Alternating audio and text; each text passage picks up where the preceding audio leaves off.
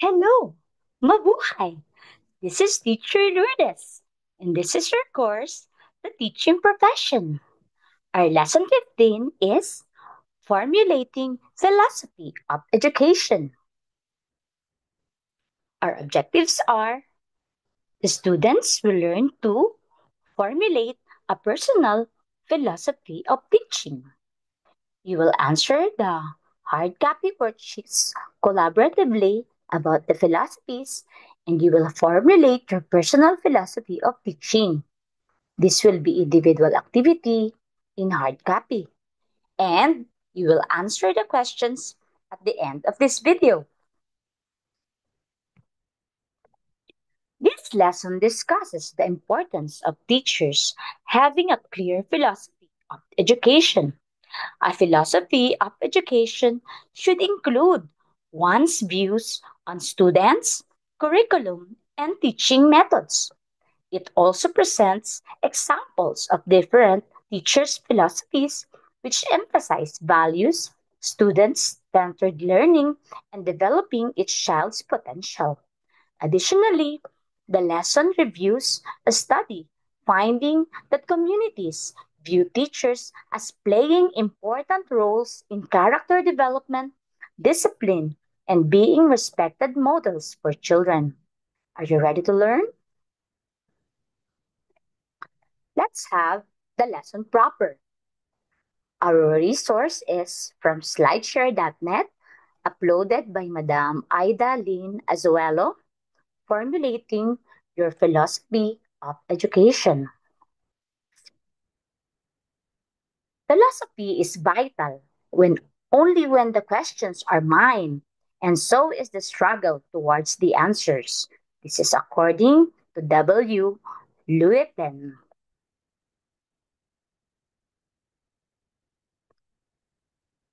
You as a teacher, your philosophy of education is your window to the world and compass in life.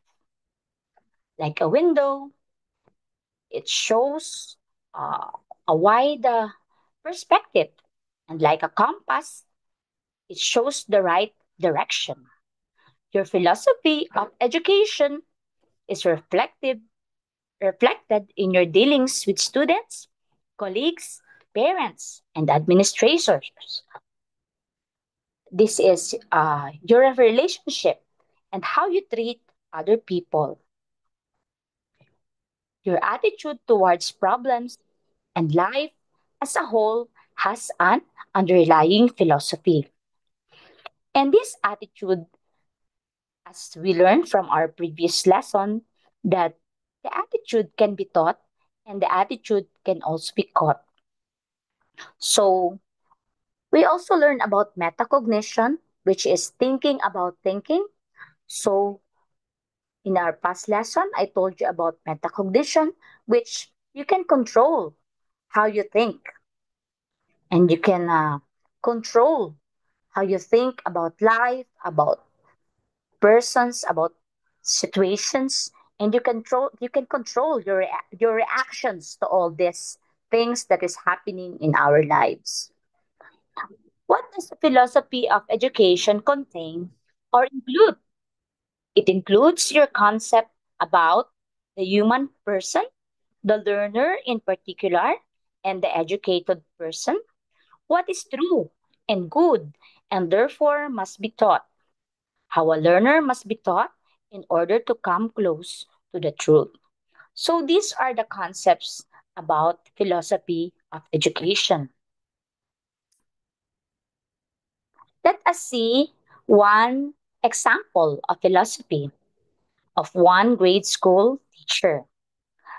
He said or she said that I believe that there are unchanging values in changing times, and this must be passed on to every child by my modeling, value inculcation, and value integration in my lessons.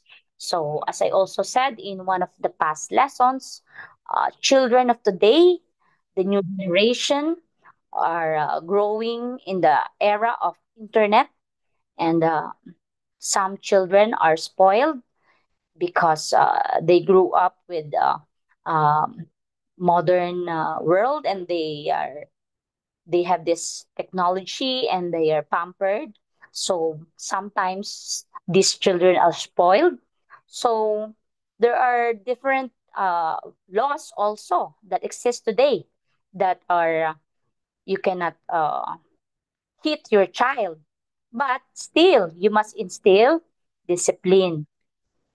So as a teacher and as a parent, uh, ask yourself in the future, how can you uh, model and value, inculcate and integrate your lessons for the students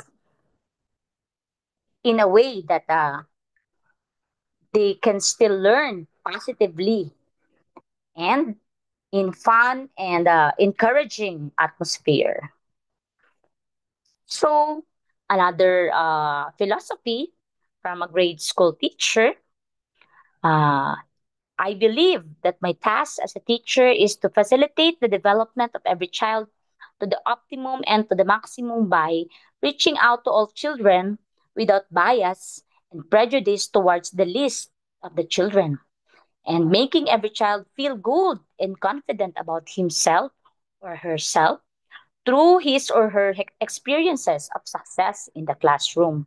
So this teacher has a very good philosophy because uh, he wants or she wanted all children to be treated equally, and he or she does not want to be prejudiced about the least of the children, the least which by which she means that the slow learners or the poor children, because sometimes the poor children have the low IQ because of they cannot have the right food or the right nutrition, or they grew up in problematic families.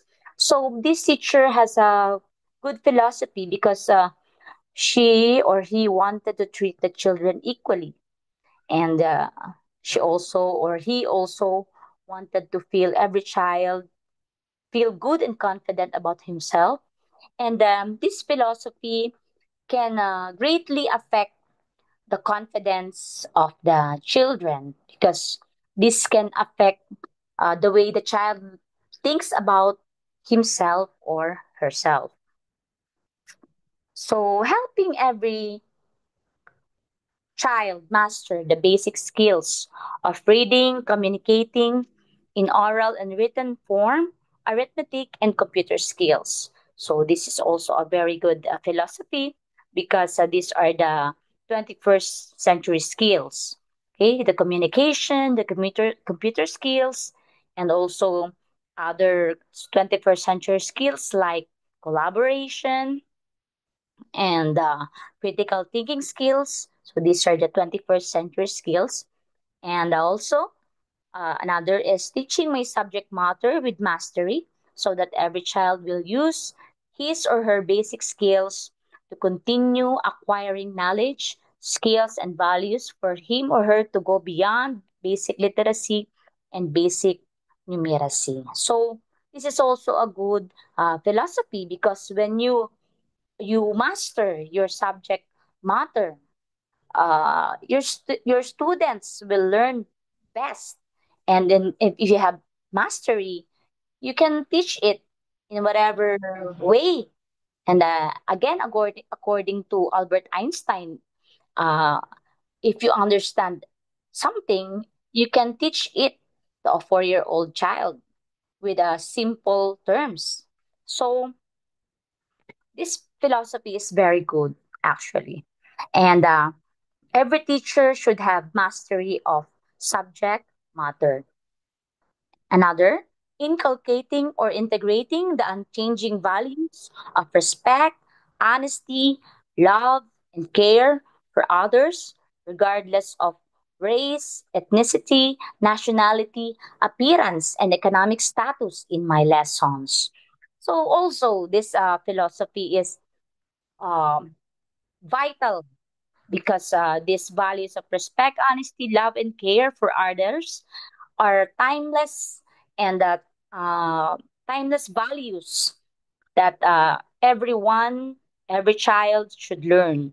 And these values shape our society. And if these children learn respect, honesty, love, and care, they will grow up to be good citizens and they will contribute to nation development. And another is consistently practicing these values to serve as model for every child. So, as I always say, uh, teachers must be role models in the society because the children and other parents and the society looks up to us. So another is strengthening practicing these values to serve as model for every child through hands-on, minds-on experiences inside and outside the classroom. So, for example, when I was a science teacher in Paracale National High School for 10 years, and now I'm in CHED, I was a science teacher, and if the topic is it requires experiment, so I try my best to get uh, materials and um, other devices and other instructional materials that the groups can utilize in the learning experience in the experiment, and then it is followed up by a question and answer portion so uh, we can evaluate their learning or we can process their learning. So this is practiced by many science teachers experiments because science is wonderful, and as Albert Einstein said, as I the more I study science, the more I believe in God. That is according to Albert Einstein. Because if you study science, you can see the wonderful design, the intelligent design of everything around us, and of course the human body and the human mind. You cannot fathom how the human mind works, how dream works.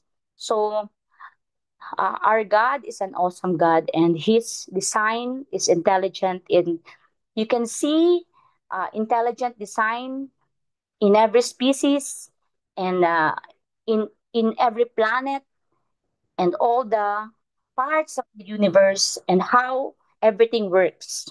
The biology, the chemistry, the physics, and everything. It's amazing to study science. So the more I study science, the more I believe in God. And providing every child activities meant to develop the body, the mind, and the spirit. So this is what I told my students that it's important that you have the holistic development, not only the knowledge, not only the skills, but also the attitude and also the spirit. So that is what is meant by holistic development. So let us see another philosophy by a high school teacher, Mr. Min Ho Shin. I teach for the majority of the class rather than teach for handful top students. This more effective and productive way of teaching. I teach with interactions between teachers and students and also between students themselves. Interaction is the only tangible way of making the class intimate, open, creative, and challenging. So the Mr. Min Ho Shin is a very good teacher because uh, he includes all of the students, not only the top students, because teachers need to be more caring and more loving uh, to the slow learners more because the top students they can manage on their own. For example, when I was in Paracal National High School, there was an academic year where I handle both the star section and the last section. That's why I don't like homogeneous arrangement of students because uh, heterogeneous arrangement is much better because in every class, there are combination of different kinds of students, different experiences of two students. There are top students and there are slow learners, and in all sections you can have someone to talk to, and Everyone, you can include them in various activities, and you can group them differently. But in homogeneous, um, all the when all the lower section are combined, it's very hard to handle the last section, because most of the students in the last section are problematic students. They are those with family problems, and they are those students who are poor. So as a teacher and as a second parent, before you teach them, you first have to handle how to um, how to make them follow you, because during the time when I handle the last section and the star section, I take rest only when I am on the star section, because they can make experiments on their own. While on the last section, it's very difficult because it's very messy and they are very noisy, and they won't listen. But after I consulted many master teachers and experts, I found a way to make them follow, and I found that they have family problems. So I learned that you must have a personal relationship with the students, especially the slow learners, because most of them have family problems. So as a teacher, you're not only a teacher, you're also a second parent. So then, and another is I teach with interactions between teacher and students, also between students themselves. So interaction is very important in the classroom, because there must be an open communication between the teacher and the students between themselves. The, I always ask questions, and I always, this is what you call the art of questioning. Because when you know the art of questioning, you won't give the answer immediately, but let the students come up to the answer by the by questioning, by giving them the right questions until they come up the right one. So this is called the art of questioning. Okay. So, the summary, it's important that you make explicit your philosophy of education. Your philosophy of education is your window to the world and your compass in life. Your philosophy is your own thought and formulation, never formulated for you by another. That is why you were advised to begin stating with the phrase, I believe. It is best stated in the concrete, not in the abstract like a theory, because this is your blueprint to daily life. And the society and you. What are we in this world for, if not to make this world the more bearable for each other? The source is unknown. So let's have this study conducted by uh, Madame Rosita L. Navarro et al. In 1994, uh, which had 1,460 respondents in 12 regions of the Philippines about the pre-service elementary teacher training. So this is her receiving an award. So the study is about the community's respondents group, consisted mostly of 26% parents, 24% non-government organizations, 23% principals and assistant principals, 21% business and industry sectors, and 6% school superintendents. So let's have the research findings. These are the community perceptions on the role of teachers in the community. The teachers are perceived to be one, very important in the community, two, respected in the community, three, held in the community to some extent.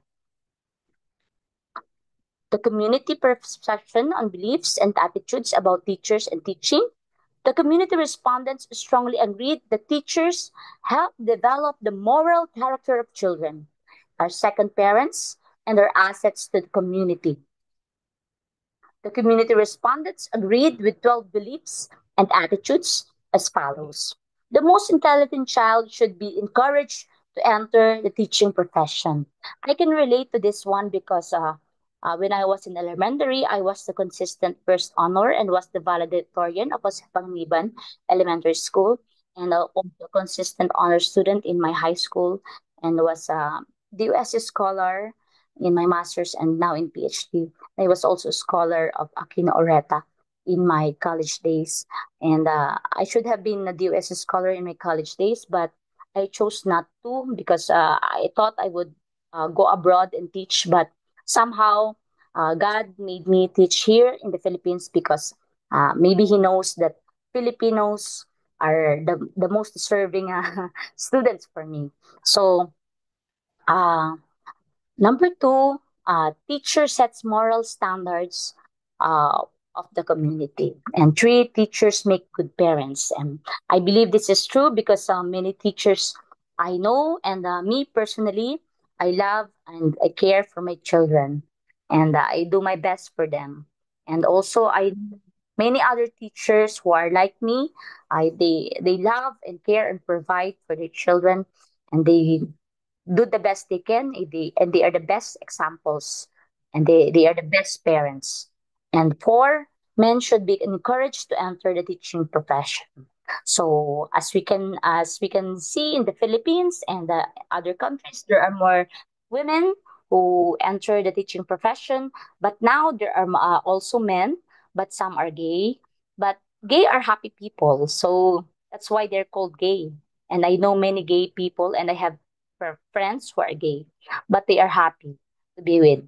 And five, the teaching profession is one of the lowest paid. So this is true in the Philippines, but in other countries, um, they have higher rates.